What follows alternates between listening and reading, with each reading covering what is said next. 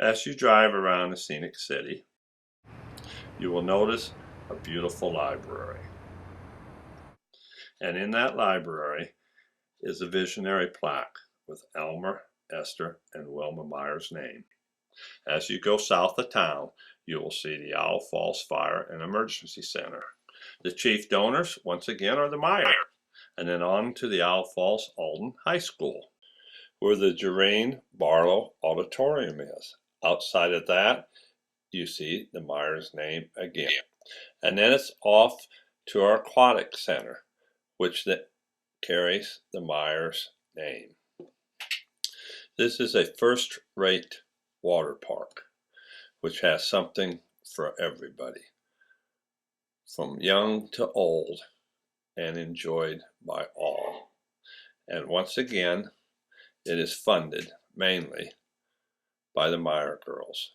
When you see their plaque with them being one of the largest donors. The Meyer girls were educated in a country school. Small class sizes, but they had many friends. This is Wilma Meyer, the second one, and her sister Esther Meyer. And after their education was done, they moved back to the home place in which they lived and worked. And this is part of the Meyer girls' story. Falls Historical Society. It is January of 2011, and today we're going to talk to two very special ladies, Wilma and Esther Meyer. Visit here with Wilma Meyer. And you grew up in this area? Yes. And where was that at in the Owl Falls area? Northeast of Owl Falls, about 5 miles. Okay. And you went to school in country school? Yes, Beaver Valley. Beaver Valley Country School. And is that in Owl Falls area? Well, it was about 1.5 miles northeast of our place, and we walked every day to school. Okay. Very few times our dad took us, unless it was awful bad in the winter time. And then how many kids were in your school, in the country school at that time? Well, sometimes there was only 6. For a while we only had 6. And then Nibblers moved in, and I don't know how many did they bring.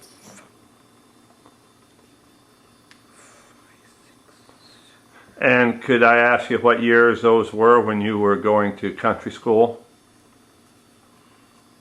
Yeah, way back in, well, I must have started about 32.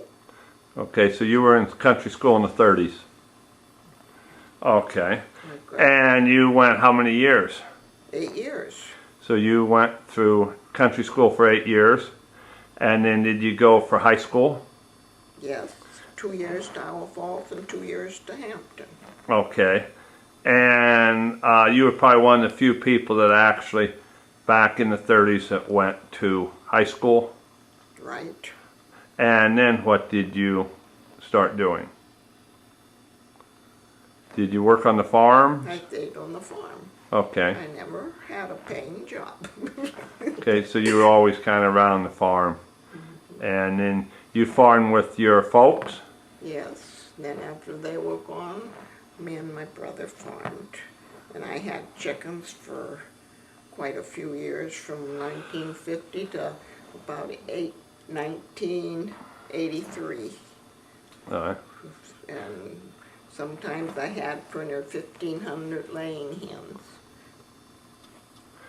1,500 laying hens, so you sold eggs, and that would have been a lot of work. Well, I had an egg washer, and they was in 2 buildings, and I kept the old ones over for 2 years, and then in the summer I'd raise about 700, and then I'd fill one building or the other. All right. And then when you had your farms, when you first farmed, do you remember farming with horses, or did you always have tractors? We mostly always had one tractor there. I remember planting corn with horses, and But Dad always had a tractor. Okay. All right.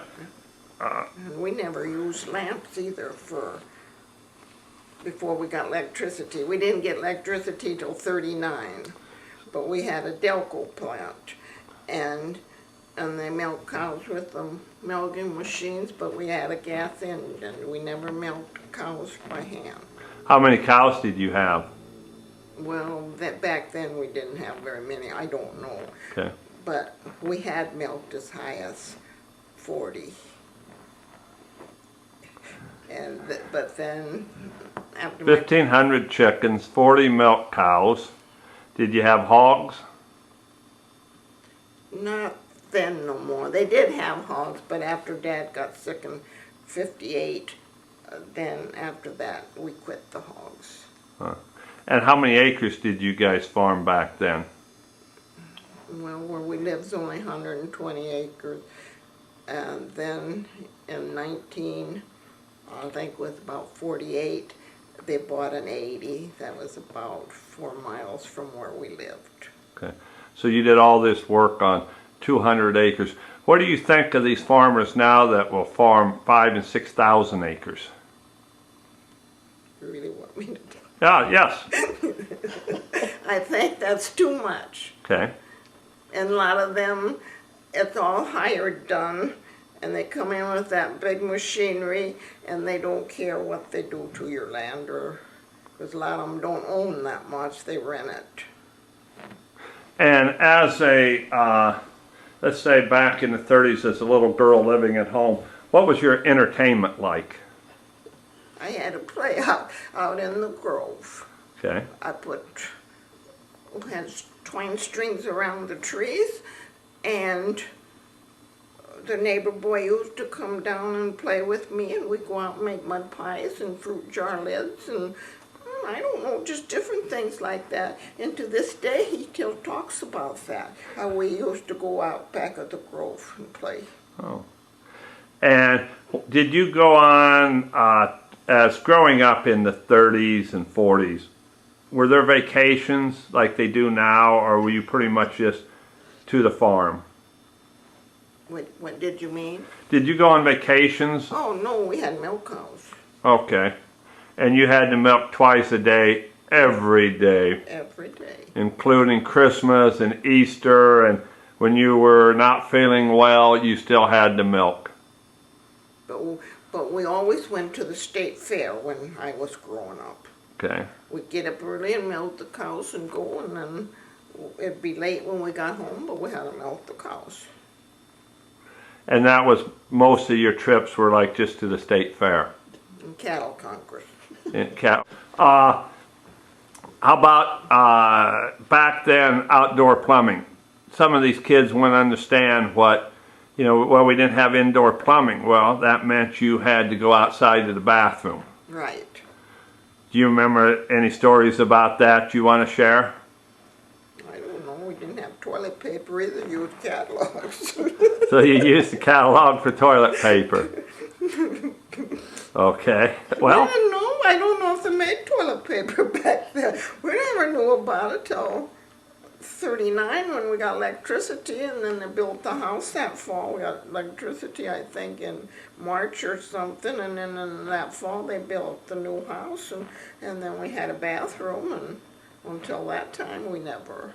What did you think about going inside for the bath to the bathroom, having a bathroom in your house? What would you tell a young girl now that if you said, well, we didn't even have a bathroom in our house? We didn't take a bath every day either. Well, how often would you take a bath? Probably not over once a week. Okay. And into town, how often would you come to town? Well, probably not often once a week. Okay. To get groceries. Well, then they took eggs into town way back then. We had a hauler. Well, we didn't have that many chickens way back then. But they brought them into Farmers Exchange. Okay. And is there something that you did back then that is a big difference in what they do now as far as socializing or communications or something that just you get back and say, wow, does that surprise me? No, but we had neighbors and we visit our neighbors and the neighbor kids come and played. And we went to their places. Stayed overnight. Yeah, when we was in So school. there's a lot more community sharing back then. Yeah. Well, yeah, you knew your neighbors. Now you don't have a neighbor. We're going to talk to Esther Meyer now. And you grew up on the farm too with your sister? You bet. And you only got to go, here it says, to 8th grade. And that was country school? Well, the same way she went, we walked together. Okay. As long as I went. Which one of you two were the better student? I don't know. Maybe maybe I was better in one thing that she wasn't. She was better in something else. And what was your childhood like on the farm? Did you have chores to do? Oh, I imagine. And when Elmer was in service, I helped slop those hogs, I'll tell you I did. Okay. Now when your brother was in the service, and you girls pretty much had to do the farm work then? Well, she was in school yet then, but then the dad was there. Okay. What do you remember about your brother being in the service? I mean, do you remember December 7th, 1941, Pearl Harbor Day? Mm-hmm. What do you remember about that when you heard the news? Well, I suppose it wasn't good, but then Elmer didn't go to into service till 42 and 40. What was it like during the war times on the farm in Iowa? Well, I had to help my dad quite a bit, especially after Elmer went to service. I had to help milk cows. He'd done all the heavy work, like feeding and bending and stuff like that, I guess. And the hogs had to be slopped, and at that time, in the summertime, the hogs was out in the field someplace. You didn't have them in big hog houses like today. They had a fence, or they were fenced in, and when they come time to slop the hogs. Now slop the hogs, you mean? Slop is what now? Ground feed, and then if skim milk that come out, we separated milk to have cream and stuff. You didn't sell whole milk, and you mixed it with that skim milk that the cream was taken out of, and you mixed that with the ground feed, and then you dumped it in troughs. And so then that's what they called slopping the hog. Okay. You didn't know either. I know you never heard of anything like that out there. Farm in the 20s and 30s. What was Christmas like?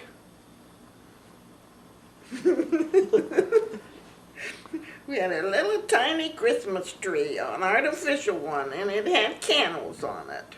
And we only could light it like on Christmas Eve, just for a little bit, because you didn't want them candles all to burn down. Okay. And as for Christmas gifts, if we got one thing or something, we were lucky. Is there one gift that you remember as much, the most, or one special Christmas? Yeah, I got a rubber dolly. Rubber dolly? Yeah, I was 9 years old. 9? Okay.